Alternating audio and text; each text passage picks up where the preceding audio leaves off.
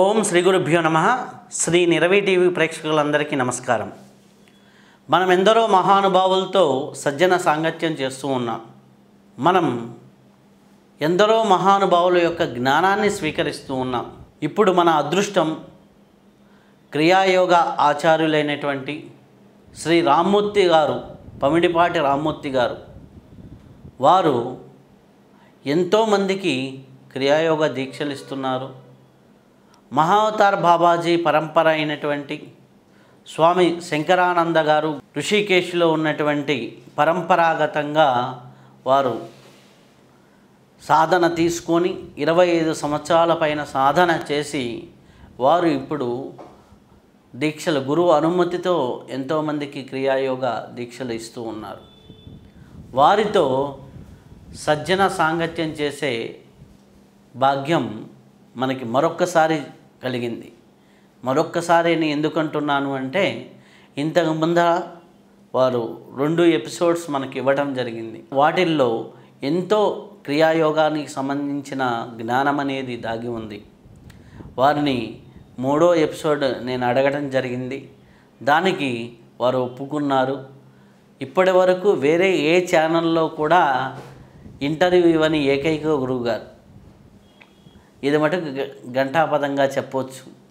వారికి ఒకే మాట చెప్పారు ఫస్ట్ ఇంటర్వ్యూలో, నాకు ఎటువంటి ఐడెంటిటీ అవసరం లేదు, క్రియాయోగ ప్రచారమే నాకు కావాలి అనేసి మొట్టమొదటి వీడియోలో చెప్పారు.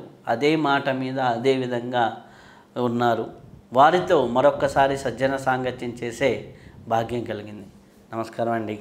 నమస్కారం శాస్త్రి గారు. గురు బ్రహ్మ, గురు విష్ణు, గురుదేవో మహేశ్వర, గురు సాక్షాత్ పరబ్రహ్మ, తస్మై శ్రీ గురువే నమః. గురు కృపా హి కేవలం, గురు కృపా హి కేవలం, గురు కృపా హి కేవలం, భగవత్ కృపా హి కేవలం, భగవత్ కృపా హి కేవలం, భగవత్ కృపా హి కేవలం. గురువులు, మహాగురువులు మహావతార్ బాబాజీకి, లహరి మహాశయకి, యుక్తేశ్వరగిరికి, పరమహంస యోగానందకి, ప్రభుజీకి, హరిహరానందకి, స్వామి శంకరానందగిరికి శతకోటి వందనాలు. నా గురుదేవులు స్వామి శంకరానందగిరికి శతకోటి వందనాలు. మీరు గత 2 ఎపిసోడ్ల తర్వాత మీరు ఆచార్యులుగా మారి నాకు తెలిసి దాదాపులో ఒక 2.5 years 3 years అయి ఉండొచ్చు. మన తెలుగు రాష్ట్రాల్లో ఎంతమందికి మీ ద్వారా దీక్ష అందింది? తెలుగు రాష్ట్రాల్లోనే కాదు, మీరు ఋషికేశ్లో కూడా ఇస్తూ ఉంటారు నాకు తెలుసు. మన తెలుగు రాష్ట్రాల్లో ముఖ్యంగా అసలుకి దీక్షా విధానం ఏ విధంగా ఉండాలి? దీక్షా విధానం గురుతహా జరగాల, వీడియోతహా చేస్తున్నారు. ఇప్పుడు క్రియని వీడియోలు ఇచ్చేస్తాం, లేకపోతే మేము వీడియో పెట్టేస్తున్నాం, మీరు చేసేసుకోండి అంటున్నారు. అసలుకి మీ ద్వారా ఎంతమందికి దీక్ష ఇవ్వడం జరిగింది? అలాగే క్రియాయోగ దీక్షా ప్రక్రియ ఎలా ఉంటుంది? ఒక విషయం మీకు తెలియచేయాలి. గురువులు, పరమ గురువులు శ్రీ శంకరానందగిరి గారు 3 సంవత్సరాల క్రిందట గురుదేవులు యుక్తేశ్వరి గారు ఆజ్ఞాపించారు, నిన్ను ఆచార్యగా చేయమని. నువ్వు ఇంక దీక్షలు ఇచ్చే సమయం వచ్చింది అని చెప్పడం జరిగింది. గత 3 సంవత్సరాల నుంచి ఈ దీక్షా కార్యక్రమంలో గురువుల ఆజ్ఞతో దీక్షలు ఇవ్వడం జరుగుతోంది. దీక్షకి ఎంతమంది వచ్చారు అన్న దానికంట ఈ సిద్ధాంతంలో నేను నమ్మేది ఏంటంటే, దీక్షకు పంపించేది గురువే, ఈ శరీర మధ్యం వారు దీక్ష చేసేది గురువే. రామూర్తి అన్నది ఒక పనిముట్టు మాత్రమే. ఈ పనిముట్టును ఉపయోగించుకుని మీ టీవీ ద్వారా వీడియోలో ప్రజల్లోకి ప్రచారంలోకి వెళ్ళి ఆ ప్రజల్లోంచి 1000 మంది వచ్చారు. 1000 మంది వచ్చి దీక్ష తీసుకోవడం జరిగింది. దీంట్లో నా గొప్పతనం ఏం లేదు. గురువు పంపాడు కాబట్టి వాళ్ళు వచ్చారు, వాళ్ళ యోగం కలిగింది కాబట్టి వచ్చారు. నేను ఒక పనిముట్టు మాత్రమే. ఆ పనిముట్టుగానే ఒక సుమారు 1500-1600 మంది పైన ఆంధ్ర రాష్ట్రంలో ఇవ్వడం జరిగింది. అలాగే ఆశ్రమంలో అయితే ఫారినర్స్ రెగ్యులర్గా జరుగుతుంది. ఈ దీక్షలు పరంపర మీకు చూస్తే గమనిస్తే మహావతార్ బాబాజీ గారి నుంచి లహరి మహాశయకి దీక్ష రూపంలో వచ్చింది. లహరి మహాశయ నుంచి యుక్తేశ్వరగిరి గారికి దీక్ష రూపంలో వచ్చింది. అలాగే యుక్తేశ్వరగిరి గారి నుంచి పరమహంస యోగానందకి, మా గురువులు ప్రభుజీ గారికి, అలాగే హరిహరానంద గారికి, వాళ్ళందరికీ కూడా దీక్ష రూపంలోనే వచ్చింది. అలాగే మా గురువు మాకు కూడా దీక్ష రూపంలోనే క్రియను ఇవ్వడం జరిగింది. మేము అదే దీక్ష రూపంలో క్రియనిస్తున్నాం.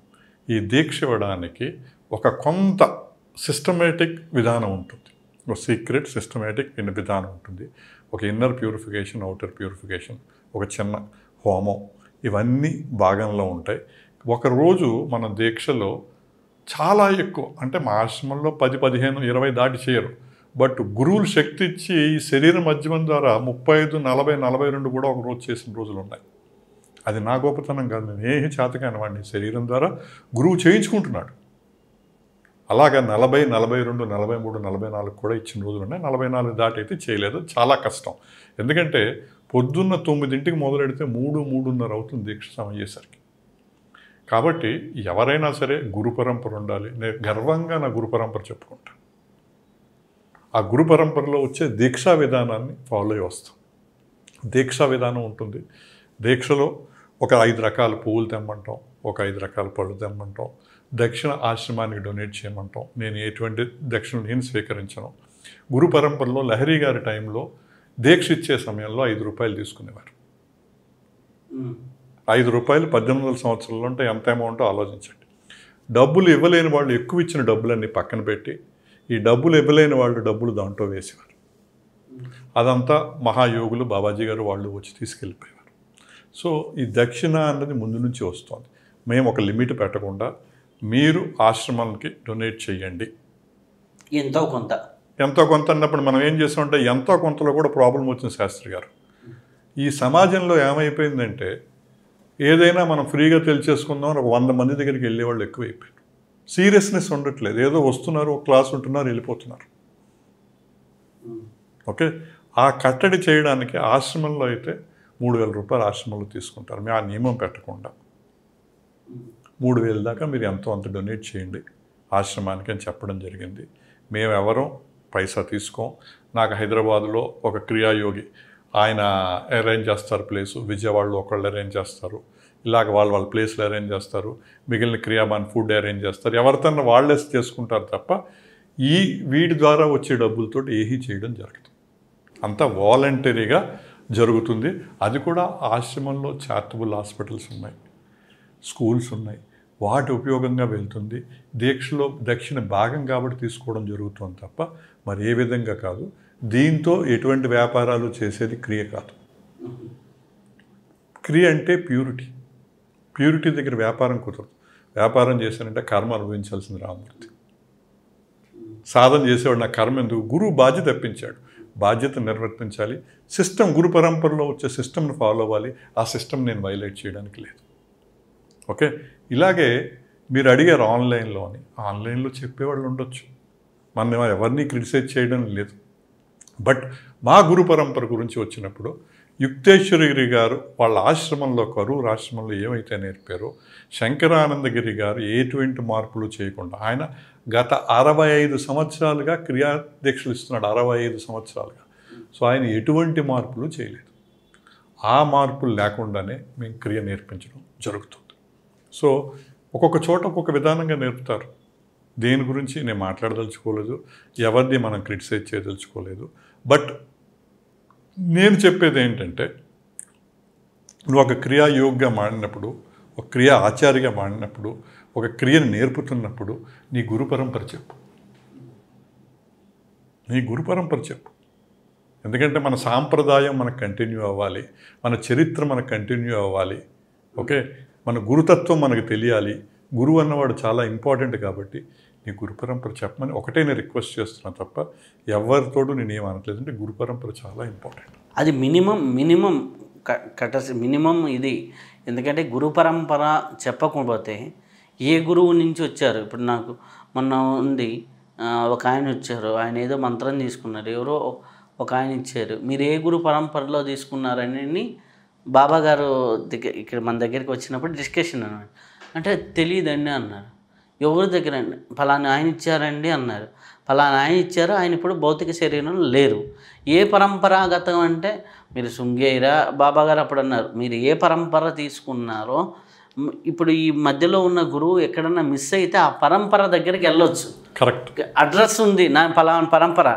అందుకనే పూర్వకాలంలో నాది గిరి సాంప్రదాయం అని, సరస్వతి సాంప్రదాయం అని, లేకపోతే ఈ సాంప్రదాయం అందుకని చివరిలో గిరి అని, సరస్వతి అని ఇట్లా పేర్లు ఉండేవి. అవి ఆ పరంపర తెలిసినప్పుడు ఇక్కడ మధ్యలో ఎవరైనా కనెక్షన్ మిస్ అయినా శిష్యులు డైరెక్ట్గా ఆ ఆశ్రమానికి కనెక్ట్ అవ్వడానికి, ఒకవేళ ఏదైనా డౌట్ వచ్చినా ఈ మధ్యలో వాళ్ళు సమాధానం ఇవ్వకపోయిన ఆశ్రమానికి వెళ్ళడానికి ఆస్కారం ఉంటుంది. లేదంటే గాల్లో దారం దిగిన గాలిపటంలాగా జీవితాలు అయిపోతాయి. ఇది ఎందుకంటే చాలామంది దగ్గర ఈ మధ్యన ఏం జరుగుతుందంటే, మనం సాధనలోకి వచ్చాము, సాధన చేస్తున్నాము, ఒక ఆచార్యగా ఒక గురువు మారాము అంటే మన కర్మలు తగ్గించుకుందుకు వచ్చాం. అంతే ఆ కర్మలు తగ్గించుకునే సిస్టంలో మనం కర్మలు పెంచుకోకూడదు. మన గురు పరంపర చెప్పకుండా అక్కడేంటి ఒక ఐడెంటిటీ, యాక్షన్ రియాక్షన్ నీకు ఉండకూడదని చెప్తాడు గురువు. అందుకే నాకేమీ రాదు అని చెప్తా. నేనెవరిని? నేను ఒక పనిముట్టుని. పనిముట్టు అయినప్పుడు నాకేమొస్తుంది? పరమాత్ముడు చేస్తున్నాడు కాబట్టి జరుగుతుంది, గురువు చేయిస్తున్నాడు కాబట్టి క్రియాదీక్షలు జరుగుతున్నాయి. రాముడితో అంతటివాడు దీక్షలు ఇవ్వడానికి. సో ఆ కర్మను పెంచుకోని విధానంలో అంటే ఇక్కడ ఏమవుతుందంటే ఒక ఐడెంటిటీ, ఒక మనీ ఈ సొసైటీలో బాగా ఎక్కువ రూల్ రావడంతో వాటికి అట్రాక్ట్ అయిపోయి ఆ విధానంగా ఈ క్రియ అయితేనే, పురాతన విద్యలు అయితేనే వాటిని కూడా మారుస్తున్నారు. ఇంకా అది వాళ్ళ ఇష్టం, వాళ్ళ కర్మకు సంబంధించింది. మనం ఎక్కువ వాటి గురించి మాట్లాడకూడదు. మనం రిక్వెస్ట్ చేసేది అందరికీ చేతులెత్తి మీ గురు పరంపర చెప్పండి, గురు పరంపరని కంటిన్యూ చేయండి అని మాత్రమే. నేను ప్రాక్టికల్గా కూడా నేను స్వామి శంకరానంద గారిని కలిసినప్పుడు ఆయన ఆస్ట్రాలజీ, స్పిరిచువల్ ఆస్ట్రాలజీ బుక్ అప్పుడు కూడా ఇదంతా డివైన్ ప్లాన్, డివైన్కి వదిలేయండి, డివైన్కి సమర్పణ చేయండి అన్నారు. అంటే నాకు అర్థం కాలే అప్పుడు. దాన్ని ప్రాక్టికల్గా తీసుకొని వచ్చిన తర్వాత నేను ఇప్పుడు రోజుకో 15 ఒక్కో రోజు 15 కూడా చెప్పాల్సి వస్తుంది. జాతకం 15 చెప్పినప్పుడు ఒక్కొక్కటితో ఒక్కొక్క కర్మ, ఒక్కొక్కటితో ఒక్కొక్క బాధ. అంత ముందర ఎలా ఉండేది అంటే ఆ 15 జాతకాలు చెప్పినప్పుడు ఒక ఆమెది ఏదో ఏడుపు ఉంటుంది, ఒక ఆమెది ఏదో కష్టం ఉంటుంది. ఎవడు మంచిగా ఉండి నా జీవితం సుఖంగా ఉంది జాతకం చెప్పించుకుందాం అనేవాడు ఎవడో ఉండడు కదా. ఏదో పెయిన్ ఉంటుంది, ఉద్యోగం రాను, ఏదో వివాహం కాని వాళ్ళు, ఏదో ఒక సమస్య. అయితే ఇంత ముందర ఏమంటే ఇది అమ్మ నేను చెప్తున్నాను అనేది ఎప్పుడైతే వస్తుందో అప్పుడు తెలియకుండా ఆ రోజంతా వీక్గా ఉండటం, బాడీ పెయిన్స్ ఉండటం, అంటే ఎమోషన్లో ఒకసారి వాడేస్తాం, నేను చూసుకుంటా అమ్మ అనేసి. అది వాడిన రోజు నాకు తెలుస్తుంది బాడీ పెయిన్స్ అని. అమ్మ ఇది నాదేం లేదమ్మా, మీరు బాగా చెప్పారండి అన్నా కానీ ఇది నాదేం కాదు, మన గురువులు నేర్పించింది, మహాగురువులు తెచ్చిపెట్టిన జ్ఞానం, నేను కేవలం చదువుతున్నానంతే. దాన్ని ఇంగ్లీష్ వచ్చినోడు ఇంగ్లీష్ ఎలా చదువుతాడో నేను జ్యోతిష్యాన్ని అలా చదువుతున్నాను అన్నప్పుడు ఆటోమేటిక్గా నేను 20 చెప్పినా 30 చెప్పినా నాకు ఆ సమర్పణ భావంతో చెప్పినప్పుడు అలసిపోవడం అనేది లేదు. అది నాకు చాలా బాగా అనిపించింది. ఎందుకంటే శంకరానంద గారి దగ్గర నుంచే ఆ పాయింట్ తెలుసుకున్నాను కాబట్టి ఇప్పుడు ఇంకో పాయింట్ మీరు చెప్పే దాంట్లో మనం అనుకున్నాం ఈ దీక్ష అన్నది 1-to-1 జరగాలని. 1-to-1 జరిగినప్పుడు మనం 100 మందికి 200 మందికి చేయలేము అంతే. ఎందుకంటే 1-to-1 అన్నప్పుడు ఆ సిస్టమ్ ఫాలో చేసేటప్పుడు అది కూడా కాకుండా నేను గమనించింది ఏంటంటే ఎంత మనం డివైన్కి వదిలేసినా కూడా దీక్ష తర్వాత మీరు చెప్పారు చూడండి, ఎంత గురువు చేసినా ఈ శరీరం కొంచెం శ్రమిస్తుంది. అది నేను శంకరానంద గారి దగ్గర గమనించాను. దీక్ష తీసుకున్న 2-3 రోజులు నా శరీరంలో మార్పులు గమనిస్తాను. ఇది సహజం. కానీ ఇది 1-to-1 జరగాల్సిందే. అంతే తప్ప మనం క్రియ అన్నది యోగం కాదు, ఒక బ్రహ్మ విద్య. ఎవరైతే క్రియా విద్య నేర్చుకుంటాడో వాడు బ్రహ్మ విద్య నేర్చుకున్నట్టు, వాడు ఉత్తమైన బ్రాహ్మడు అని చెప్తాడు శంకరానందగిరి. సో దీనికి ఇంత రెలివెన్సు, ఇంత ఇంపార్టెన్స్ ఉన్నప్పుడు మనం ఆ జాగ్రత్తలన్నీ తీసుకోవాల్సిందే. మన సాంప్రదాయాన్ని మనం కాపాడుకోవాలి, మనకు వచ్చేదాన్ని మనం కాపాడుకోవాలి. అంతే తప్ప దాన్ని ఒక బజార్లో, ఒక సూపర్ మార్కెట్లో ఒక ఆట వస్తువులా చేసేసి నేను నేర్పేస్తాను యోగా. క్రియ అంటే యోగా కాదు, ఈశ్వర ప్రణిధానానే క్రియ, డివైన్ సర్వీసే క్రియ మార్కెట్లో అమ్మేది కాదు. నాకు మొన్న ఇంకోటి కూడా వచ్చింది, ఓ పోస్టర్ వచ్చింది, వేరే వాళ్ళు పంపించారు. డేట్ సమ్ ఎక్స్ డేట్, ఆ డేట్ ఇచ్చేసి ఆ date first level course Kriya Yoga, after 20 days తర్వాత second level Kriya Yoga, after 2 months తర్వాత థర్డ్ లెవెల్, ఫస్ట్ లెవెల్కి ఇంత ఫీజ్, సెకండ్ లెవెల్కి ఇంత, థర్డ్ లెవెల్కి ఇంత, ఫోర్త్ లెవెల్కి ఇంత, సిక్స్త్ లెవెల్కి ఇంత, సెవెంత్ లెవెల్ ఇంత. 7 లెవెల్స్ నువ్వు చేసేస్తే యు ఆర్ బికమ్ ఏ క్రియాయోగి, ఆచార్య అని చెబితే అసలుకి ఒక ఫస్ట్ లెవెల్లో మనము నేను చదివిన క్రియాయోగ జ్ఞానం పరంగా తెలుసుకుంటే 10 లక్షల బ్రీతులు మనం సమర్పణ చేయకుండా వాడు క్రియాయోగి ఎలా అవుతాడు? నువ్వు ఎంతసేపు గంట సేపు గింజుకొని నువ్వు శ్వాస చేస్తే 180, లేకపోతే మహా అయితే ఒక స్పీడ్గా అయినా 200 మించి కావు, హాఫ్ అన్ అవర్కి 100 మించి కావు బీడతలు. అవి చేసిన వాడికి తెలుస్తుంది. నిమిషానికి 3 అయితే గ్రేట్. మన శ్వాస కౌంటుని తగ్గించుకుంటూ మన ఆయుధాయాన్ని పెంచుకునే ప్రాసెస్ క్రియాయోగంలో జరుగుతుంది. 10 లక్షల శ్వాసలు కాకుండా కర్మ ప్రక్షాళన ఎలా జరుగుతుంది, వాడు సెకండ్ లెవెల్కి ఎలా వెళ్తాడనేది నాకున్న సందర్భం. సరే, ఇప్పుడు మీరు ఒకటి గుర్తుపెట్టుకోండి, నేను ఇందాక చెప్పినట్టు ఒక ఆచార్యుని గురువు చూస్ చేసుకుంటాడు తప్ప ఒక సమయం ఒక డిగ్రీ వల్ల ఆచార్య అయిపోడు. ఇప్పుడు నేను ఆచార్యుని గురువు చూస్ చేసుకున్నాడు కాబట్టి అయ్యాను తప్ప నేను ఒక 20 సంవత్సరాలు క్రియ చేశానని అవ్వలేదు, 22 సంవత్సరాలు క్రియ చేశానని చెప్పి అవ్వలేదు. గురువు పిలిచి నీకు యోగ్యత వచ్చింది, నువ్వు సాధన బాగా చేసావు, నేను కాదు, నా మాట కాదు, ఇది పై గురువుల యొక్క, నా మాట కాదు, పై గురువుల యొక్క మాట. పై గురువులు యుక్తేశ్వరి గారు, ఆయన పేరు కూడా చెప్పారు, యుక్తేశ్వరి గారు నిన్ను చూస్ చేసుకున్నారు దీక్షలు ఇవ్వడానికని. అంటే నేనేంటంటే ఒక విద్య ఒక నేర్పించాలి అంటే గురువు యొక్క ఆదేశం ఉండాలి, గురువు చూడాలి వీడు ఎలా చేశాడని. అంతే తప్ప ఒక పేపర్లోను టీవీలోను ప్రకటన నుంచి నేను 7 విద్యలు నేర్పించేస్తాను నువ్వు వెళ్ళి క్రియ చేసుకో అంటే కరెక్ట్ కాదు, అది కరెక్ట్ కాదు. మీరు అడిగాక సెకండ్ క్రియ ఉంది కదా, నేను సెకండ్ క్రియ 8 సంవత్సరాల తర్వాత తీసుకున్నాను. ఎందుకంటే ఫస్ట్ క్రియలోనే అంత ఆనందం ఉంది, ఫస్ట్ క్రియలోనే అంత ఆనందం ఉంది.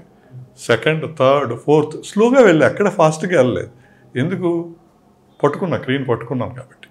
ఇప్పుడు ఏదో సాధించేయాలి అని పరిగెడతాడు, సత్యం తెలిసినప్పుడు స్లోగా మెట్టెక్కడానికి ప్రయత్నం చేస్తాడు. సో ఇప్పుడు అప్పుడే మేము 2 ఏళ్ళు అయింది, 3 ఏళ్ళు అయింది, ఈయన సెకండ్ లెవెల్ ఇక్కడే కూర్చోబెట్టేసాడని చాలామంది అనుకుంటూ ఉంటారు.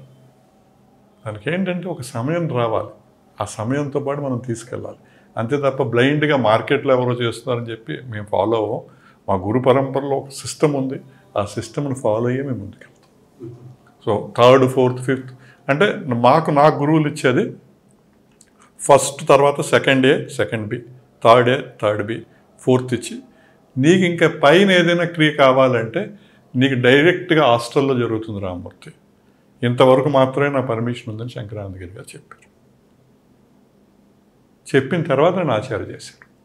అయితే మీరు మొదలు పెట్టేటప్పుడు గురు కృపాయి కేవలం, గురు కృపాయి కేవలం అన్నారు. అసలుకి గురు కృపాయి కేవలం అంటే చాలామంది మనకి భౌతిక గురువుని గురించి శంకరానంద గారి గురించి ప్రస్తావన చేశారు. అండ్ అవుటర్ అంటే మనకి బహిర్గతంగా ఉన్న ఫిజికల్ గురువు. ఏ గురువు అది? మీరు గురు కృపాయి కేవలం, గురు కృపాయి కేవలం అన్నప్పుడు అది అంతర్ముఖ గురువు గురించా, బహిర్గురువు గురించా? అలాగే ఈ 2 గురువులు నీడ్ ఏంటి, అవసరం ఏంటి, వాటి వల్ల ప్రయోజనం ఏంటి, అలాగే ఏది పట్టుకోవాలి? ఇది చాలా మంచి ప్రశ్న. మనం బయట చూసేదంతా బాహిర్ముఖంగా చూస్తాం, తెలుసుకునేదంతా బాహిర్ముఖంగా తెలుసుకుంటాం. ఓకే, బట్ మన ప్రయాణం ఎప్పుడు అంతర్ముఖంగా జరగాలి. బాహిర్ముఖంగా తెలుసుకుని బాహిర్ముఖంగా చేయాలంటే మనకి బాహిర్ముఖ గురువు అవసరం. ఇప్పుడు క్రియా విద్య కావాలి అన్నప్పుడు, ఆ క్రియా విద్యలోకి నేను రావాలన్నప్పుడు క్రియ గురువు బాహిర్ముఖంగా క్రియ నేర్పాలి. క్రియ గురువు బాహిర్ముఖంగా నాకు క్రియ నేర్పినప్పుడు, ఆ క్రియ చేస్తున్నప్పుడు అంతర్ముఖ గురువు ఉంటాడు అన్న విషయం తెలిసింది. అంటే ఫస్ట్ మనకి ప్రవేశం జరగాలి అంటే బాహిర్ముఖ గురువు చాలా అవసరం. బాహిర్ముఖ గురువు ఎప్పటికీ మన ప్రాణం ఉన్నంత వరకు, గురువు ప్రాణం ఉన్నంత వరకు, మన ప్రాణం ఉన్నంత వరకు మనకి బాహిర్ముఖ గురువుతో ఎప్పుడూ లింక్ ఉండాల్సిందే. నాకు ఈ బాహిర్ముఖ గురువు, అంతర్ముఖ గురువు కన్ఫ్యూజన్ ఉన్నప్పుడు నా గురుదేవులు శంకరానందగిరి గారు ఏం చెప్పారంటే, అన్నిట్లోకి ఇంపార్టెంట్ నీ అంతర్ముఖ గురువు రామ్మూర్తి అన్నారు. గురూజీ అంతర్ముఖ గురువు ఎవరు అని చెప్పాను. నీ బ్రెత్తే అని చెప్పాడు. మీ శ్వాసే మీ గురువు. మీ శ్వాసే నీ గురువు. నీకు అంతర్ముఖ గురువు చాలా ఇంపార్టెంటు. ఎల్లవేళలా నీ ప్రాణమిత్రులలాగా ఎప్పుడూ నీతో ఉండేది నీ అంతర్ముఖ గురువే. నీకు ఏ విషయం వచ్చినా నీ అంతర్ముఖ గురువు తెలుసుకో. అంటే తెలుసుకో అంటే తెలియపరచు అంటే నీ శ్వాసలో నువ్వు ఉండు. ఒక బ్రెత్ కూడా వేస్ట్ చేయకుండా నువ్వు ప్రయాణం చేస్తుంటే నీ అంతర్ముఖ గురువుతో నువ్వు కలిసి ప్రయాణం చేస్తున్నట్టే. ఎప్పుడూ నీకు అంతర్ముఖ గురువు యొక్క ఆశీస్సులు నీకు ఎప్పుడూ ఎల్లప్పుడూ ఉంటాయి. కాబట్టి ఈ అంతర్ముఖంలోకి రావాలి అన్నప్పుడు మన బాహిర్ముఖ గురువు అవసరం. అలాగే అంతర్ముఖ ప్రయాణంలో ఈ అంతర్ముఖ గురువు కూడా చాలా అవసరం. ఈ అంతర్ముఖ గురువు అంటే ఈ బ్రెత్ యొక్క కృప. అంటే నీ బ్రెత్ చెయ్యాలి అంటే నేను చెయ్యాలంటే చేయలేనది. ఎందుకు చేయలేనంటే పరమాత్ముడు చేయించగలిగితే నేను చేస్తాను, లేకపోతే చేయించలేని నేను చాలా నిమిత్తం మాత్రం. ఓకే, కాబట్టి అక్కడ మా గురుదేవులు ఏం చెప్తారంటే ఏది చేయాలన్న రామూర్తి నీకు బాహిర్ముఖ గురువు ఎంత ఇంపార్టెంటో అంతర్ముఖ గురువు కూడా అంత ఇంపార్టెంటు. నీకు ఆ గురుకృప ఉంటేనే నువ్వు ముందుకు వెళ్ళగలవు. గురుకృప ఉంటేనే నువ్వు పైకి వెళ్ళగలవు. ఈవేళ యోగాచార్యుని అవ్వయాను అంటే గురుకృప ఉంది కాబట్టే జరిగింది. అది అంతర్ముఖ గురువు అవ్వచ్చు, బాహిర్ముఖ గురువు అవ్వచ్చు. ఎందుకంటే మనకి అనేక విషయాలు మనకి తెలియని విషయాలు గురువు చాలా దూరాన్ని ఉంటాడు. మన అంతర్ముఖ ప్రయాణం చేస్తున్నప్పుడు మనకి తెలుస్తూ ఉంటాయి, అనుకోని విషయాలు జరుగుతూ ఉంటాయి. మనం ఎప్పుడూ రక్షణ వలయంలో ఉంటాం. అది ఎవరు? అంతర్ముఖ గురువు నీతో రక్షణ వలయంలో ఉన్నాడు. ఎందుకంటే నువ్వు అంతర్ముఖ గురువుతో ఎప్పుడు ఎల్లప్పుడూ ప్రయాణం చేస్తున్నావు. అంటే నీ శ్వాసతో నువ్వు ప్రయాణం చేస్తున్నావు. గురువు ఏం చెప్తాడు? ఎల్లవేళలా శ్వాసతో ఉండు, ఒక శ్వాసని వేస్ట్ చేయకు. ఎందుకు? పరమాత్ముడు మనకి 21,600 సార్లు ఉచ్ఛ్వాస నిశ్వాసాలు చేస్తున్నాడు. ఆయన ఉచ్ఛ్వాస నిశ్వాసాలు మన ప్రయత్నం ఏం లేకుండా ఆటోమేటిక్గా జరుగుతుంది. జరుగుతున్నప్పుడు ఈ ప్రాణం మనం కిందకు వచ్చేస్తుంది. వచ్చిన ప్రాణాన్ని పైకి లేపాలంటే నువ్వు ఎప్పుడు కంటిన్యూస్గా వీలైనంత సేపు ఎరుకతో నువ్వు ఉంటే నువ్వు పరమాత్ముడి దగ్గరగా ఉంటావు. ఎందుకంటే శ్వాసే పరమాత్ముడి యొక్క పుత్రుడు, అమృతస్య పుత్రుడు, డెత్లెస్ చైల్డ్. ఓకే, పరమాత్ముడి పుత్రుని పట్టుకుంటే పరమాత్ముడు చేరుకునే మార్గం చాలా ఈజీ అవుతుంది. ఓకే, మనకి శ్వాస బాహిర్ముఖంగా మీరు గమనించండి. మనకి ఏ విద్య నేర్పినా, మనకి ఏ తెలియని విషయాన్ని నేర్పినా మనం మన గురువుగానే భావిస్తాం. రోడ్డు మీద వెళ్తూ ఉంటాం. రోడ్డు మీద వెళ్తుంటే గురువుగారు లెఫ్ట్కి వెళ్ళాలా రైట్కి వెళ్ళాలా? ఒక షాప్కి వెళ్తాం, మొబైల్ షాప్. గురువుగారు నా మొబైల్ పాడని చూడండి అంటే ఏంటి? అవతల వ్యక్తిని మనం ప్రతి వ్యక్తిలోనూ ఏం చూస్తున్నాం? గురుతత్వాన్ని చూస్తున్నాం. ఆ వ్యక్తిలోనూ ఈ వ్యక్తిలోనూ కామన్ ఏంటి పాయింట్? బ్రెత్. సో అన్నిట్లోనూ ఉన్న సదాగురు సద్గురు ఎవరు?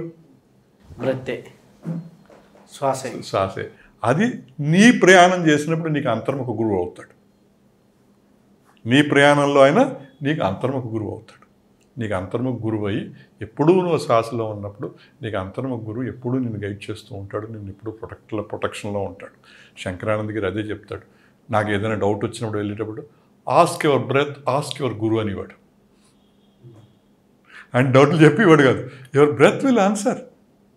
ఇప్పుడు క్రియాదీక్ష పరంపరలో కూడా మనం దీక్షిస్తున్నప్పుడు అంతర్ముఖంగా ప్రాణాయామం చేయండి అని చెప్తాం. అంతర్ముఖంగా ప్రాణాయామం చేసినప్పుడు బ్రెత్ ఫస్ట్లో తప్పు చేస్తారు. చేయగా కరెక్ట్ అవుతుంది. ఎవరు కరెక్ట్ చేశారు? అది అంతర్ముఖ గురువు. దాన్ని లహరి బాబా ఏమంటారంటే బనద్ బంజాయే. ప్రతివాడు ఫస్ట్లో తప్పు చేస్తాడు. ఆ బ్రెత్తే కరెక్ట్ చేస్తుంది. ఎందుకంటే సద్గురు సదాగురు ఆ బ్రెత్తే. అంటే మేము క్రియ నేర్చుకున్నప్పుడు ఆశ్రమానికి వెళ్ళిన ఫోన్లు ఇవన్నీ ఉండేది కాదు. ఒకసారి నేర్పి పంపేశారు. ఆ బ్రెత్ ఎవరు కరెక్ట్ చేశారు? మరి సద్గురు సదాగురు ది బ్రెత్. సో మీ అంతర్ముఖంగా మీలో ఎల్లవేళలా మిమ్మల్ని కాపాడుతూ మిమ్మల్ని చూస్తూ ఉండేది మీ సద్గురు, మీ బ్రెత్. మీరు ఆ సద్గురుతో స్నేహం చేస్తే పరమాత్ముడికి చాలా దగ్గరికి వెళ్ళిపోతారు. అందుకనే ఆ సద్గురునే అమృతస్య పుత్ర, డెత్లెస్ చైల్డ్ అన్నాడు. శరీరానికి మరణం ఉంది, ఫిజికల్ గురువుకి మరణం ఉంది, బ్రతికి మరణం లేదు. ప్రతి శరీరంలోనూ వస్తూ ఉంటుంది, వెళ్తూ ఉంటుంది. మీరు అమృతస్సు పుత్రులు కాబట్టి మీకు మరణం లేదు, మీరు చిరంజీవులు. ఈ సత్యాన్ని తెలియకుండా మనం ఈ మాయలో పరమాత్ముడు దూరంగా శరణాగతి లేనిదే ప్రయాణం చేస్తాం. అయితే మీరు బ్రత్ గురించి చెప్పారు. మీరు క్లాసెస్లో కానీ ఇట్లా ఉన్నప్పుడు హంస సాధన అని గురించి చెప్తూ ఉంటారు. నిత్యం కూడా ఆ యొక్క గురు పరంపరతో కనెక్ట్ అయి ఉండొచ్చు, నిత్యం కూడా హంస సాధన చేస్తూ ఉండొచ్చు అంటారు. ఇప్పుడు ఒక హౌస్ వైఫ్ ఉంది, ఇంట్లో ఉంటే వంట చేయాలి, పనులు చేసుకోవాలి. అలాగే ఒక జంట ఉన్నాడంటే ఉద్యోగానికి వెళ్ళాలి, వారి కార్యక్రమాలు చేసుకోవాలి. ఎప్పుడు ఎన్ని వేళలా శ్వాసను గమనించడం సాధ్యమా? ఇక్కడ ఒక చిన్న విషయం శాస్త్రి గారు, ఇప్పుడు ఒక్కొక్క క్రియా గురు పరంపరలో కొన్ని భేదాలు వచ్చాయి. ఒక్కొక్క గురు పరంపరలో వచ్చాయి. అందరూ ఒకటే, వాళ్ళ గురు పరంపర వచ్చింది, గురు విధానం చెప్తున్నారు. నేను దేన్ని తప్పట్లేదు, ఎవరిది కాదు. మా గురు పరంపరలో వచ్చినప్పుడు మేము మొదటగా కేచరి ముద్ర చెప్తాం, తర్వాత వచ్చి గురు ప్రణామం చెప్తాం, తర్వాత హాంస సాధన చెప్తాం. ఈ హాంస సాధన తర్వాత మహాముద్ర చెప్తాం, క్రియా ప్రాపర్ చెప్తాం, పరావస్థ అంటే మెడిటేషను, తర్వాత జ్యోతి ముద్ర, సాంబవ్య ముద్ర. ఇలాగ మాకు 7 భాగాలుగా ఉన్నాయి సాధనలో. ఫస్ట్ క్రియలో ఇవన్నీ నేర్పించడం జరుగుతుంది. వీటిల్లో వచ్చేటప్పుడు మనం క్రియా ప్రాపర్లో నిరంతరం బ్రెత్తో ఉండలేం. అది హార్డ్ బ్రెత్. సాఫ్ట్ బ్రెత్, పరమాత్ముడితో ఎప్పుడూ కనెక్ట్ అయ్యే బ్రెత్, ఆహార నియమాలు లేకుండా ఎప్పుడూ చేసే బ్రెత్ ఈ హంస సాధన. హంస అంటే ఎవరి వాహనం? సరస్వతి. అంటే ఏంటి? విద్య. అంటే విద్యలో ఉండడమే సోహం బ్రెత్, హంస సాధన. అంటే మనం విద్యలో ఉండడం, ఎరుకలో ఉండడం అన్నది ఎల్లప్పుడూ ఉండాలా, అప్పుడప్పుడు ఉండాలా? ఎల్లప్పుడూ ఉండాలి. సో సోహం కూడా ఎల్లప్పుడూ జరగాల్సిన బ్రెత్. సోగా ఊపిరిని తీసుకుని హమ్గా కంటిన్యూస్గా ఎప్పుడు చెయ్యాలి అని చెప్పి గురుదేవులు చెప్తారు. ఇది చేయడం వల్ల ఏం జరుగుతుందంటే సవికల్ప సమాధి స్టేట్కి వెళ్తారు. దీనికి క్రియలో అయితే క్రియ చేయడానికి చాలా రెస్ట్రిక్షన్స్ ఉన్నాయి. ఆహార నియమాలు, రెస్ట్రిక్షన్స్ ఇవి ఉన్నాయి. దీనికి ఆహారం తిన్న తర్వాత 2 గంటల దాకా క్రియ చేయకూడదని రెస్ట్రిక్షన్. దీనికి ఎల్లవేళలా చేసుకోవచ్చు. చేయగా చేయగా చేయగా చేయగా బ్రెత్ సటల్ అయిపోతుంది. దీర్ఘంగా సో తీసుకుని హమ్గా కంటిన్యూస్గా మనం వంట వండుకుంటూ కూర్చుంటూ, ఎల్లవేళ పెద్దవాళ్ళు ఆసనాలు వేయలేరు, ఎక్కువ క్రియ చేయలేరు, కుర్చీలో కూర్చుని కూడా ఎల్లవేళ. అంటే ఏం జరుగుతుంది? 21,600 సార్లు నిర్విరామంగా పరమాత్ముడు చేస్తున్న సేవను తిరిగి మనం సేవ చేస్తున్నాం. అంటే ఆయన కనెక్ట్ అయిపోయాం లేదా? మీరు వంట వండుతున్నారు, సోహంలో ఉన్నారు, ఆయన కనెక్ట్ అయ్యి వంట వండితే ఏమవుతుందా? వంట ప్రసాదం అవుతుంది. మీరు ఆఫీస్లో కంప్యూటర్లో పనిచేస్తున్నారు, మీరు లోపల ఇన్నర్గా సోహంతో కనెక్ట్ అయ్యి, ఫస్ట్లో చాలా కష్టం. ఎందుకంటే మైండ్కి అలవాటు లేని పని ఏది చేయలేదు. దానికి నేను ఏం చెప్తానంటే స్టూడెంట్స్ అందరికీ కనపడిన ప్రతి వ్యక్తికి, ప్రతి వస్తువుకి సోహం చేయండి. అంటే ప్రతి వ్యక్తి, ప్రతి వస్తువులోనూ పరమాత్మని చూడండి. చెప్పడం ఈజీ, అందరికి మనం చెప్పేస్తారు ప్రతి వ్యక్తిలోనూ పరమాత్మని చూడండి అంటారు. మన తల్లిదండ్రుల్లో కూడా మనం చూడలేం. కారణం ఏంటంటే అమ్మ ఇలా అంది, నాన్న ఇలా అన్నాడు. ఎక్కడో అక్కడ మనం తప్పు ఎత్తాం తల్లిదండ్రులైనా సరే. అంటే ఏమైపోయింది? పరమాత్మని దూరం అయిపోయామా లేదా? మనలో పరమాత్మను చూడగలుగుతున్నాం మనం. సో ఈ శ్వాస రూపంలో అవతల వాళ్ళ కూడా శ్వాస ఉంది కాబట్టి ఇదే శ్వాస రూపంలో అవతల శ్వాసను చూసినప్పుడు నువ్వు అవతల వ్యక్తిలో పరమాత్మని ఈజీగా చూడగలవు. సో కనపడిన ప్రతి వ్యక్తికి, ప్రతి వస్తువుకి నువ్వు శ్వాస ఇచ్చుకుంటూ వెళ్ళినప్పుడు ఏం జరుగుతుందంటే ప్రతి వ్యక్తిలోనూ పరమాత్మ స్వరూపాన్ని చూడడం మొదలెడతాం. అప్పుడు నీలో ఉన్న యాక్షన్, రియాక్షన్, కోపం, రాగం, ద్వేషం అన్నీ తగ్గుతూ వస్తాయి. పోతాయని చెప్పను, ఏది పోదు. ఎందుకంటే మన మైండ్ అంత పవర్ఫుల్. రావణతో ప్రయాణం అది. రాముడు అయిపోవాలంటే ఎలా అయిపోతాడు? అవడం. సో స్లోగా బ్యాలెన్స్ అవుతూ వస్తుంది. ఈ రాగద్వేషాలు ఇవన్నీ బ్యాలెన్స్ ఇవి మీరు లేవా అంటారు, నాకు ఒక కోపం వస్తుంది. ఎందుకో నేను దీంట్లో ఉన్నాను, జీవన్ దీంట్లో ఉన్నాను అంటే ఈ దూరకు వచ్చేంత రాదు, బ్యాలెన్స్ అయిపోతుంది. యాక్షన్ రియాక్షన్ ఉండదు. లేవా అంటే లేవని నేను చెప్పను, బాగా తగ్గేది చెప్తాను. ఇవన్నీ మన జీవిత ప్రయాణ కాలంలో ఉపయోగపడతాయి. రియాక్ట్ అయితే కర్మ. ఆ రియాక్టింగ్ మెథడ్ కానీ, రియాక్టింగ్ స్పీడ్ కానీ, అగ్రెసివ్నెస్ కానీ సాధన చేసేవాడు క్రమేపీ స్లోగా అవుతుంది. సో ఇది గురువులు ఏం చెప్తారంటే సోహం సోహం సోహం లోపల చేయగానే ఆ బ్రెత్ హంస కింద మారిపోతుంది అంటారు. అందుకే దీన్ని హంస సాధన అంటారు, అజప గాయత్రి అని కూడా అంటారు. హిమాలయన్ ఋషులు పెద్దలు ఎప్పుడు ఈ హంస సాధనలో, ఈ అజప గాయత్రిలో, కేచరి ముద్రలో ఉంటారు కాబట్టి వాళ్ళు మౌనంగా ఉంటారు. ఓకే, మన దీంట్లో వస్తున్నప్పుడే కొన్ని క్రియలో కేచరి ఉంది, కొన్ని క్రియలో కేచరి లేదు. కొన్ని విద్యల్లో కేచరి ఉంది, కొన్ని విద్యల్లో కేచరి లేదు. కేచరి ఇంపార్టెన్స్ ఏంటయ్యా అంటే మనం చూస్తున్నాం, ఎక్స్ప్రెస్ మాట ద్వారా చేస్తున్నాం అంటే కర్మ మాట ద్వారా జరుగుతుంది. వింటున్నాం, ఎక్స్ప్రెషన్ మాట ద్వారా జరుగుతుంది అంటే కర్మ మాట ద్వారా జరుగుతుంది.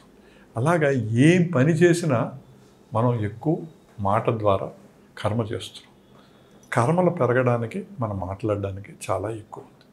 మీరు కేచరి ముద్రలో ఉన్నప్పుడు మాట్లాడడం తగ్గిపోతుంది, మాట్లాడడం ఉండదు, మౌన ఋషిగా మాట్లాడతారు అన్నమాట.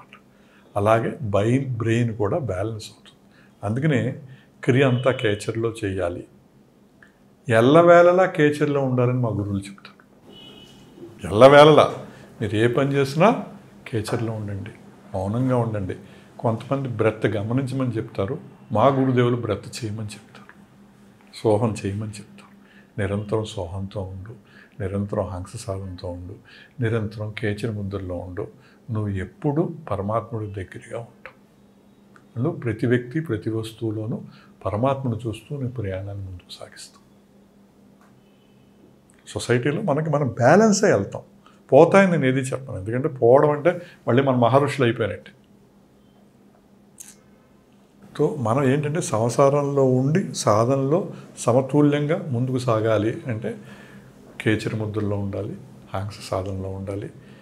ఎంత వీలైతే అంత, ఎస్పెషల్లీ పెద్దవాళ్ళు, లేడీస్, ముసలివాళ్ళు, సోహం మించింది వేరేది లేదు. పరమాత్ముడికి అతి దగ్గరగా కూర్చోవడం, కళ్ళు మూసుకోవడం, సోహంలో ఉండడం. సో అదే దీన్నే కొంతమంది ఏం చేయారంటే బ్రెత్ గమనించమన్నారు, మా గురువులు బ్రెత్ చేయమని చెప్పారు. ఓకే, గమనించాలని తప్పు పట్టు, మా గురుదేవులు చెప్పింది నేను చెప్తున్నాను. గురుదేవులు బ్రెత్తో ఉండని చెప్పాడు. ఇప్పుడు చాలామంది మీరన్నారు, ఇప్పుడు స్టార్ట్ చేసేటప్పుడు కూడా సమర్పణ, శరణాగతి అంటారు. సమర్పణకి శరణాగతికి సమర్పించడం ద్వారా, బ్రెత్ సమర్పించడం ద్వారా జరిగేదేంటి, శరణాగతి ద్వారా జరిగేదేంటి, దీనివల్ల మాయ నుంచి బయటపడవచ్చా? చాలా చాలా మంచి ప్రశ్న శాస్త్రి గారు. మనం కరుణామయుడు పరమాత్ముడు, ఆ శివుడనండి, విష్ణువు అనండి, మహేశ్వరులనండి, బ్రహ్మనండి, వాళ్ళు ఎంత కరుణామయులంటే మన మీద, మన నిరంతరం 21,600 సార్లు మన శరీరంలో ఉచ్ఛ్వాస నిశ్వాసాలు చేస్తున్నారు. ఈశ్వర ప్రణిధానాన్ని ఈజ్ క్రియాయోగం. ప్రణిధానాన్ని అంటే డివైన్ సర్వీస్. ప్రణిధాని అంటే ఏంటి? Divine service. ఏం జరుగుతోంది? 21,600 సార్లు ఉచ్ఛ్వాస నిశ్వాసాలు పరమాత్మ మన రూపానికి చేస్తున్నాడు. అంటే ఎంత ప్రేమ చేస్తున్నాడు. అక్కడ వీడు మంచి పని చేశాడా, చెడ్డ పని చేశాడా, వీడు ఏ విధంగా బిహేవ్ చేస్తున్నాడు అన్న లెక్క లేకుండా ఆయన పని ఆయన జడ్జిమెంట్ చేయకుండా ఆయన పని ఆయన చేసుకెళ్ళిపోతున్నాడు. ఈ పని చేయడం వల్ల మన ప్రాణం కిందకు వస్తుంది, మన అధోముఖంగా కిందకి వెళ్ళిపోతున్నాం. ఆయన కోరుకునేది ఏంటి? పుత్రుడా పైకి రా, పుత్రుడా పైకి రా. పైకి రావాల్సింది ఏంటి? కింద వెళ్ళిపోతున్న ప్రాణం. ఈ ప్రాణాన్ని మనం పైకి తీసుకెళ్ళాలి.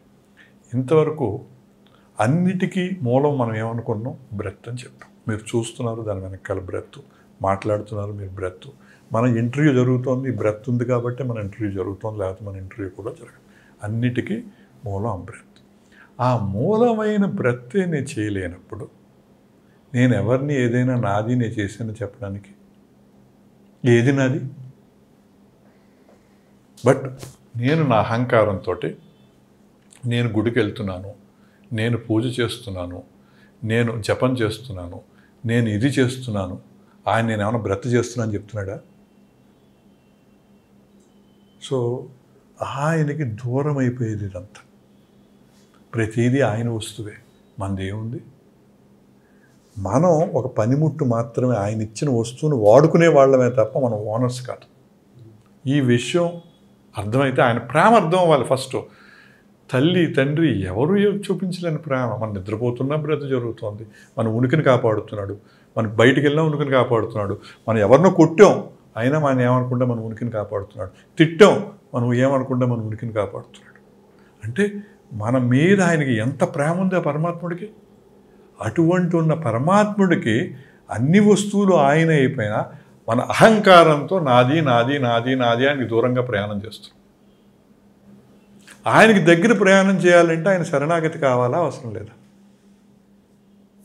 ఇప్పుడు అన్ని వస్తువులు ఆయన అయినప్పుడు you are the owner, is the owner, you are the user. You are only the user, but you are thinking you are the owner. మీరు ఏదీ లేదు, మీరు ఏదీ తీసుకెళ్ళలేరు. ఓకే, ఆయన శ్వాస ఇచ్చాడు కాబట్టి మీరు ఉన్నారు. ఆ విషయం గమనించి కింద పడిపోతున్న ప్రాణాన్ని పైకి తీసుకెళ్ళి ఆయనకి నువ్వు సేవ చేసే మార్గం వెతుక్కోవాలి. ఆ సేవ చేసే మార్గంలోనే మనకి తెలుస్తుంది. ఆయనకి సేవ చేసే మార్గంలోనే మనకి ఈ విషయం తెలుస్తుంది తప్ప లేకపోతే తెలియదు. దీనికి శరణాగతి అవసరమా, అవసరం లేదా చెప్పండి. నేను ఎవరినండి? ఆయన మాట్లాడిస్తున్నాడు కాబట్టి మాట్లాడగలుగుతున్నా. నేను ఆయన ఊపిరింది కాబట్టి నేను ఏదైనా చేయగలుగుతున్నా. పరమాత్ముడు మించిన ప్రేమ ఎవరికి ఉంటుంది? ప్రతిదీ శరణాగతి కాకుండా ఏమవుతుంది? కాబట్టి మన తెలుసుకోవాల్సింది ఏంటంటే, మనం జపం చేస్తున్నాం, పరమాత్మ నువ్వు జపం చేస్తున్నావు కాబట్టి నేను చేయగలుగుతున్నాను. క్రియ 25 ఏళ్ళలో రామ్మూర్తి క్రియ మానకుండా చేశాడంటే రామ్మూర్తి గొప్పదనం కాదు. రామ్మూర్తి బాబాజీని వేడుకున్నాడు, బాబాజీ నేను అల్పుణ్ణి, చేతకాని వాడిని, నేను చిన్నపిల్లవాడిని, నా చేయి పట్టుకో, నా చేత క్రియ చేయించు. శరణాగతి, అన్నిటికీ మూలం శరణాగతి. ఆయనకి శరణాగతి చేస్తూ సమర్పణ. ఏ వస్తువు నీది కాదన్నప్పుడు సమర్పించి వాడుకుంటావా, లేక డైరెక్ట్గా వాడుకుంటావా? మొబైల్ ఇచ్చావు, పరమాత్మ నువ్వు మొబైల్ ఇచ్చావు, నేను వాడుకుంటున్నాను, నీకు అనేక ధన్యవాదాలు. నువ్వు ఇల్లు ఇచ్చావు, నీది పరమాత్మ, నేను వాడుకుంటున్నాను. నీకు ఇది ఇచ్చావు, ఏదైనా నువ్వు ఇచ్చిందే పరమాత్మ, నేను వాడుకుంటున్నాను.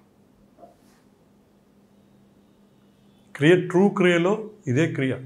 మీరు శ్వాస తీసుకెళ్ళి చేసినా ఈ భావం లేకుండా చేస్తే పని జరగదు. నా చేత క్రియ చేసేది, చేయించేది, సమర్పించుకునేది పరమాత్మే. నేను నిమిత్త మాత్రుని. ఈవేళ ఇంటర్వ్యూ జరుగుతోంది, పరమాత్మ నా ద్వారా ఇంటర్వ్యూ చేయిస్తున్నాడు. అక్కడ ఏమైంది? శరణాగతి. మనది ఏది కానప్పుడు మనం సమర్పించాలా, వాడుకోవాలా? అది దొంగతనం అవుతుంది మనం వాడుకుంటే. సమర్పించి వాడుకుంటే ఆయన ఇచ్చిన వస్తువును మనం వాడుకున్నట్టు అవుతుంది. సో ఏది మంది కాదు. మనం ఏం చేసినా ఆయన పర్మిషన్. మీరు ఏ సాధనైనా చేయండి, ఏ సాధనైనా చేయండి. పరమాత్మ నువ్వు నా చేత మంత్రజపం చేస్తున్నావు కాబట్టి చేయగలుగుతున్నాను, నువ్వు నా చేత పూజ చేస్తున్నావు కాబట్టి చేయగలుగుతున్నాను, నువ్వు నా చేత క్రియ చేస్తున్నావు కాబట్టి నేను చేయగలుగుతున్నాను. శంకరానందగిరి సరెండర్నెస్ చెప్తూ, నువ్వు అన్నీ ప్రయత్నపూర్వకంగా చేయగలవయ్యా.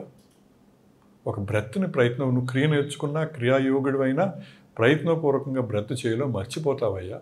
ఆ మరుపే మాయయ్యా అంటాడు. బ్రెత్ చెయ్యకపోవడమే మాయయ్యా అంటాడు.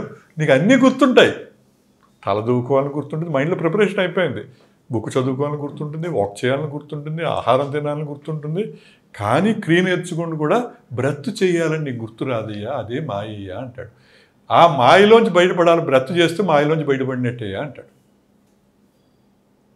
బ్రెత్ చేస్తే పరమాత్ముడి దగ్గరగా ఉన్న మాయలోంచి బయటపడ్డావు. బ్రెత్ చేయనప్పుడు మాయలో ఉన్నాం. మాయ అంటే ఇదే అంటారంటే మనం ఆలోచించగలం. 21,600 సార్లు పరమాత్ముడు సేవ చేశాడు. ఈ రోజు నేను ఎన్నిసార్లు ఆయనకి సేవ చేశాను, ఎంతసేపు మాయలో ఉన్నాను అయిపోయింది. రోజంతా మాయలోనే ఉన్నాను. రోజంతా మాయలోనే ఉన్నాను. మాయలో ఉంటే ఆయన దూరంగా ఉన్నాను. మాయకి దగ్గర చేసేది మనకి సోహం బ్రత్ ఇందాక చెప్పుకున్నట్టు. దీనికి ఇందాక చెప్పుకున్న సోహం బ్రత్కే ఒక చాలా ఇంపార్టెంట్ స్టోరీ ఒకటి ఉంటుంది.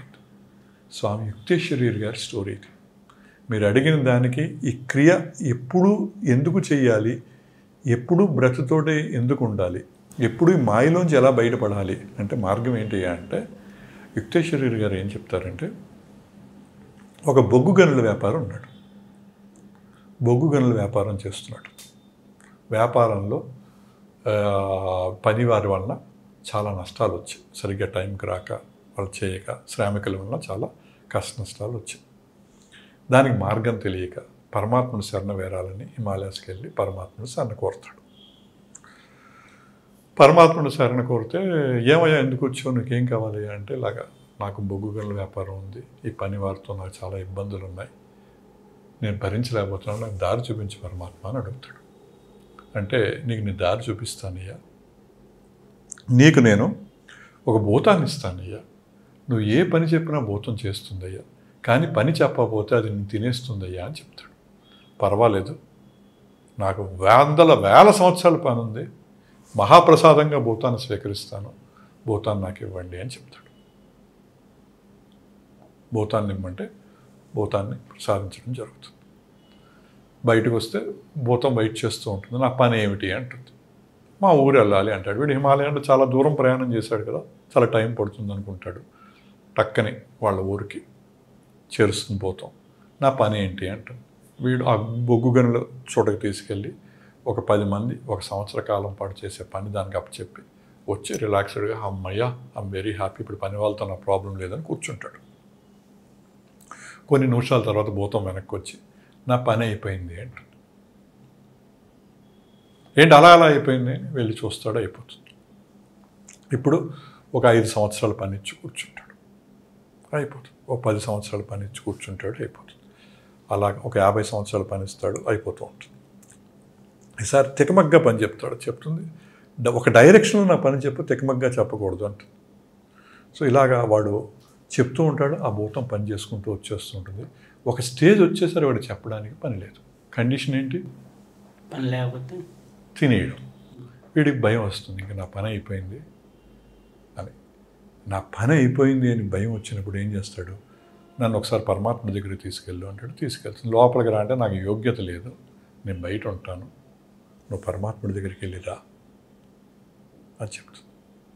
ఓకే, పరమాత్ముడి దగ్గరికి వెళ్ళిరా అని చెప్పినప్పుడు పరమాత్ముడి దగ్గరికి వెళ్ళి, ఏమయ్యా మళ్ళీ వచ్చావు? ఏం లేదు స్వామి, మీకు చాలా నా మీద మీరు చాలా కరుణ చూపించారు, మీకు ఈ భూతాన్ని ఇవ్వడానికి నేను వచ్చాను స్వామి అంటే, అది నేను తీసుకోకూడదు కదయ్యా, నా కండిషన్ కాదయ్యా, పరమాత్మ నువ్వు భూతాన్ని తీసుకోకపోతే బయటికి వెళ్తే నేను చచ్చిపోతాను, మీరు నాకు మార్గం చూపించండి అని పరమాత్మను వేడుకుంటాడు.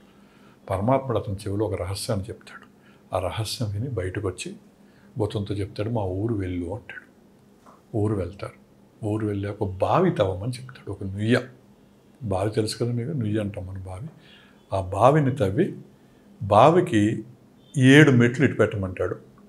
7 మెట్లు ఇటు పెట్టమంటాడు. ఒక సైడ్ 7 మెట్లు, ఒక సైడ్ 7 మెట్లు పెట్టి భూతానికి ఏం చెప్తాడంటే, ఏ మెట్టు మిస్ కాకుండా 7 మెట్లు పైకెక్కు, 7 మెట్లు కిందకి దిగు. భూతం ఫిక్స్ అయిపోయింది. ఇప్పుడు దాని పని ఏంటి? 7 మెట్లు పైకెక్కడం, 7 మెట్లు కిందకి దిగడం, బయట కోల్ దగ్గర పని ఉన్నప్పుడు చేసుకురావడం. సో వర్క్ అయిపోయింది. ఇక్కడ మన జీవితంలో భూతం ఎవడరా అంటే మైండ్. ఈ మైండ్కి పని చెప్పాలంటే శ్వాస ద్వారా 7 మెట్లు పైకి ఎక్కాలి, శ్వాస ద్వారా 7 మెట్లు కిందకి దిగాలి. అప్పుడే మనం ఈ భూతానికి దూరంగా, మాయకి దూరంగా ఉంటాం. లేకపోతే ఎప్పుడు ఈ మాయలోనే ఉంటాం. భూతం కథ గుర్తు రావాలి మనకి. భూతం కథ గుర్తు రాగానే అలాగే ఒక విషయం ఎప్పుడు మనం చేయాలంటే, మన స్నేహం రాముడితో చేయాలి, కానీ మన స్నేహం రావణుడితో జరుగుతుంటుంది. మనం లాస్ట్ టైం కూడా చెప్పుకున్నాం, మళ్ళీ ఒక్క నిమిషం ఏంటంటే రాముడు అంటే మనం చైతన్యంగా చెప్పుకున్నాం, సీత అంటే మనసు అని చెప్పుకున్నాం, రావణుడు అంటే అహంకారం అని మనం చెప్పుకున్నాం. ఈ అహంకారం ప్రవేశించగానే మనసు రాముడి నుంచి దూరం అయిపోయింది. దూరం అయిపోగానే చైతన్యం మనసు దగ్గరికి వెళ్ళదు, మళ్ళీ మనసే చైతన్యం దగ్గరికి వెళ్ళాలి. అంటే అప్పుడు ఎవరి హెల్ప్ కావాలి? ప్రాణవాయువు, హనుమంతుడు, ఎరుక, లక్ష్మణుడు. మనం ఎరుకుతో ఈ ప్రాణవాయువుని ఎప్పుడైతే పైకి తీసుకెళ్ళేమో రావణుడనే యుగో చంపబడుతుంది, ఈ మనసు వెళ్ళి చైతన్యంలో కలుస్తుంది. మన ప్రయాణం రాముడు వెంపు, రోజు మన ప్రయాణం రావణుడు వెంపు, రావణుడు వెంపు నుంచి రాముడు వెంపు ప్రయాణం తీసుకెళ్లేది క్రియాయోగం. రావణుడి నుంచి రాముడు వెంపు ప్రయాణం తీసుకెళ్లేది క్రియాయోగం. అంటే చైతన్యం వెంపు తీసుకెళ్లేది క్రియాయోగం. అయితే మీ దగ్గర వచ్చి క్రియాయోగ దీక్ష తీసుకోవాలంటే ఎలా మిమ్మల్ని కాంటాక్ట్ అవ్వాలి? అంటే దీనికి ఇద్దరు మా గ్రూప్ సభ్యులు కోఆర్డినేట్ చేస్తున్నారు ఈ ప్రోగ్రామ్ని, రమామణి గారు, దుర్గేష్ గారు అని చెప్పేసి. సో వాళ్ళ నెంబర్లు ఇవ్వడం జరుగుతుంది, వాళ్ళు కోఆర్డినేట్ చేస్తారు. ఎందుకంటే ఇన్ని కాల్స్ నేను తీసుకోలేను, ఇప్పటికే వెయిటింగ్ లిస్ట్ చాలా ఎక్కువ వెయిటింగ్ లిస్ట్ ఉంది, మనకి క్రియలకి వెయిటింగ్ లిస్ట్ చాలా ఉంది. నేను ఇందాక చెప్పినట్టు 40 మందిని దాటి ఒకసారి మనం చేయలేం, నెలకి 2 సార్లు 3 సార్లు దాటే జరుగుతుంది. ఎందుకంటే అది చేసే కూడా 2-3 డేస్ 3-4 డేస్ కావాలి. క్రియ అయిన 4 రోజులు మళ్ళీ ట్రైనింగ్ ఉంటుంది వాళ్ళకి.